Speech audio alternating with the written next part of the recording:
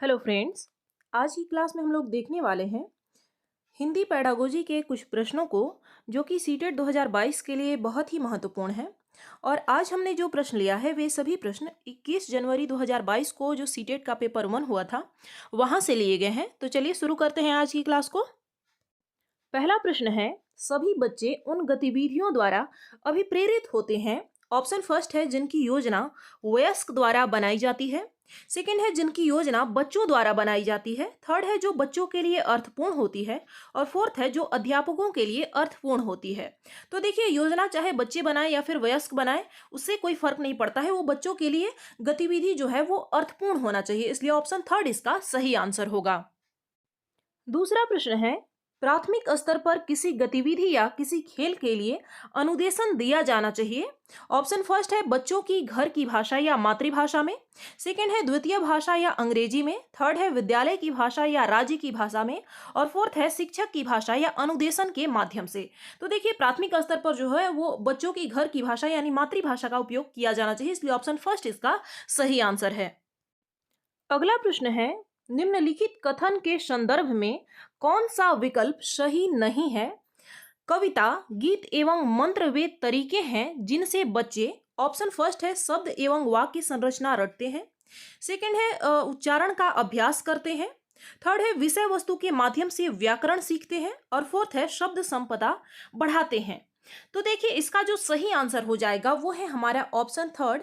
कभी भी कविता का, साहित्य का, गीत का उद्देश्य यह नहीं होता है कि बच्चे व्याकरण सीखें, क्योंकि उनमें जो तुकबंदी होती है वो जनरली जो होता है व्याकरण सम्मत नहीं होता है। इसलिए ऑप्शन थर्ड इसका सही आंसर है। उसके माध्यम से हमें व्याकरण नहीं सिखाना होता है, बल्कि उच्चारण अच्छा होता है, शब्द संपदा बढ़ती है बच्चों की, साथ ही शब्द और वाक्य संरचना भी बच्चे जानते हैं, सीखते हैं। इसलिए ऑप्शन थर्ड इसका सही आंसर है।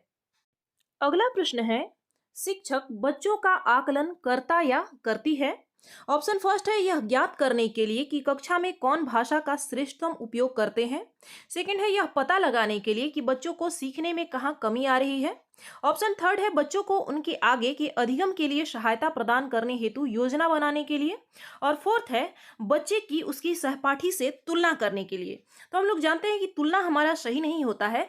इसका जो सही आंसर हो जाएगा वो है हमारा ऑप्शन थर्ड, बच्चों को उनके आगे के अधिगम यानी सीखने के लिए सहायता प्रदान करने के लिए योजना बनाते हैं। देखिए, इसमें ऑप्शन सेकंड भी इसका सही है, इसमें कहीं भी नेगेटिव वर्ड नहीं है। साथ ही इसमें कहा जा रहा है कि बच्चों को सीखने में कहाँ कमी आ रही है यह भी जाना। यह हो सकता है, लेकिन ऑप्शन थर्ड के अंदर यह जो ऑप्शन सेकंड है यह समाहित है। आखिर हम सीखने में कमी कहाँ आ रही है यह क्यों जानना चाहते हैं, इसीलिए ताकि बच्चा अधिगम अच्छे से कर सके, अच्छे से चीजों को सीख सके।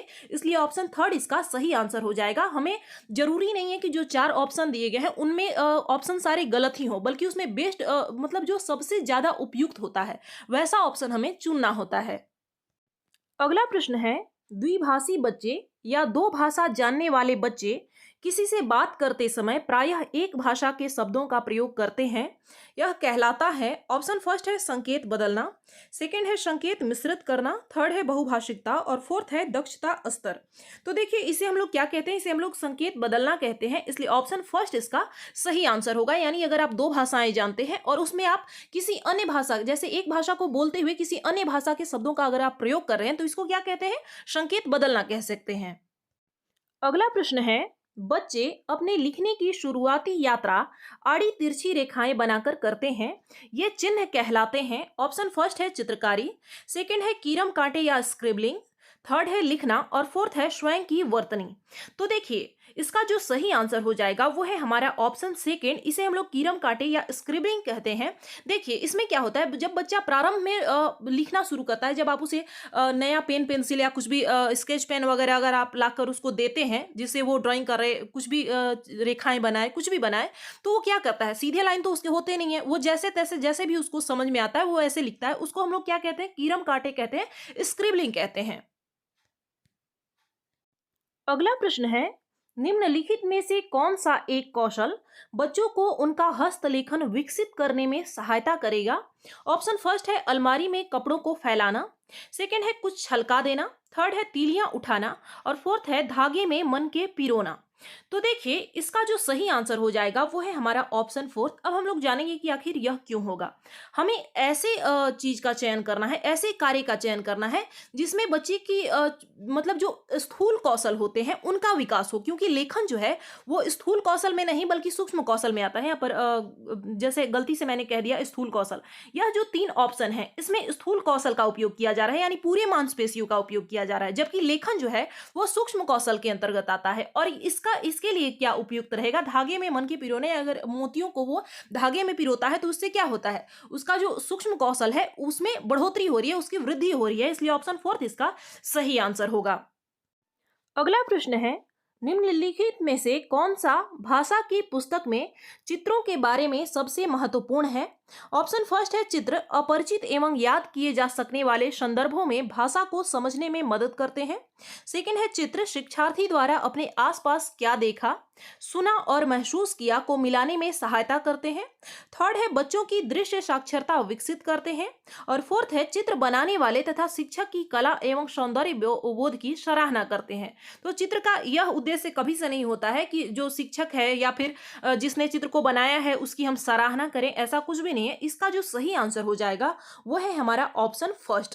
अब देखिए, क्योंकि आपने तो पढ़ रखा है कि याद करना जो होता है वो तो नेगेटिव होता है, लेकिन किसी किसी स्थिति में आपसे क्या पूछा जा रहा है आप यह भी देखिए। आंख बंद करके यह ऑप्शन नहीं लगा देना है कि याद करना अगर गलत है तो बस वो प्रत्येक स्थिति में गलत होगा, ऐसा कुछ भी नहीं है।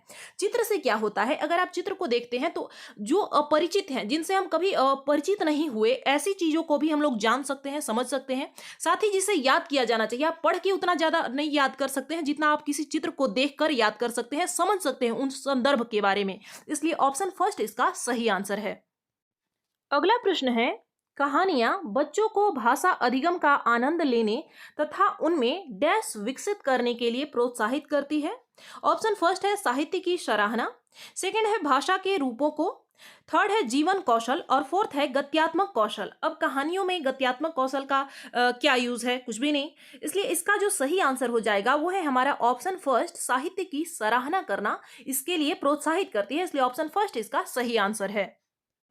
अगला प्रश्न है, बच्चों में भाषा जैविक रूप से उपस्थित होती है तथा वह भाषा बच्चों में ठीक उसी तरह से विकसित होती है जैसे कि अन्य जैविक कार्य। यह कथन किसने कहा। ऑप्शन फर्स्ट है बीएफ स्किनर, सेकंड है नॉम चॉम्स्की, थर्ड है वाइगोत्स्की और फोर्थ है जीन पियाजे। तो देखिए इसका जो सही आंसर हो जाएगा वो है हमारा ऑप्शन सेकंड। यह कथन जो है वो नॉम चॉम्स्की क्या है, इसलिए ऑप्शन सेकंड इसका सही आंसर होगा। अगला प्रश्न है, प्रभावी रूप से व्याकरण पढ़ाने के बारे में निम्नलिखित में से कौन सा एक सही नहीं है।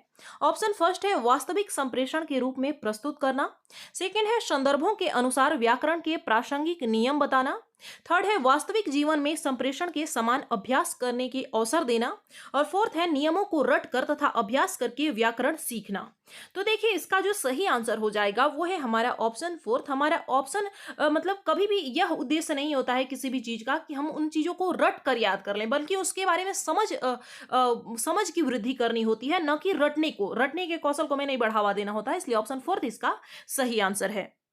अगला प्रश्न है, निम्नलिखित में से किस पर साक्षरता अर्जित करने में कुशलता होनी चाहिए। ऑप्शन फर्स्ट है ध्वनि विज्ञान संबंधी जागरूकता एवं प्रवाहता, सेकंड है दृश्य शब्दावली एवं प्रतिमान पहचान, थर्ड है अर्थापन करना एवं भाषा की समझ और फोर्थ है शुद्धता एवं ध्वनि विज्ञान संबंधी समझ।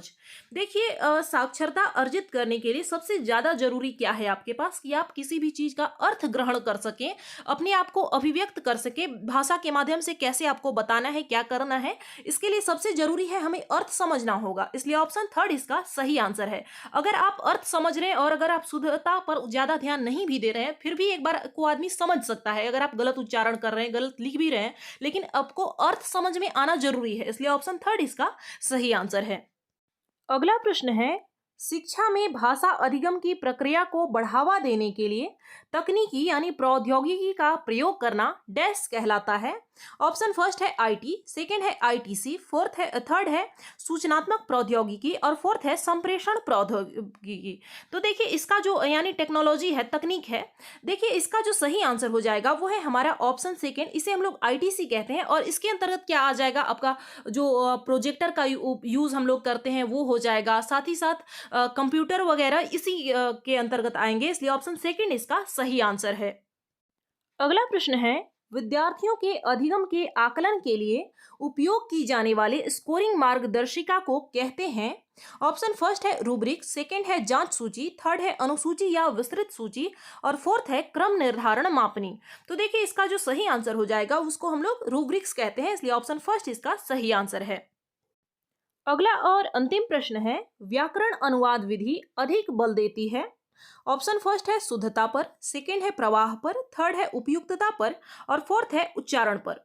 तो देखिए इसका जो सही आंसर हो जाएगा वो है हमारा ऑप्शन फर्स्ट, व्याकरण अनुवाद विधि में, यानी जब आप किसी भी चीज को ट्रांसलेट करके ऐसे सीखते हैं किसी अन्य भाषा को, तो उसमें शुद्धता पर सबसे ज्यादा जोर दिया जाता है। इसका मतलब यह नहीं है कि प्रवाह पर या उपयुक्तता पर या उच्चारण पर बल नहीं दिया जाता है, लेकिन बात की जा रही है अधिक की, इसलिए ऑप्शन फर्स्ट इसका सही आंसर है। तो फ्रेंड्स ये थे आपके 15 प्रश्न जो कि 21 जनवरी को पूछे गए थे, और इनमें से आपने कितने सही किए आप हमें कमेंट करके बताएं। मिलते हैं अगली क्लास में, धन्यवाद।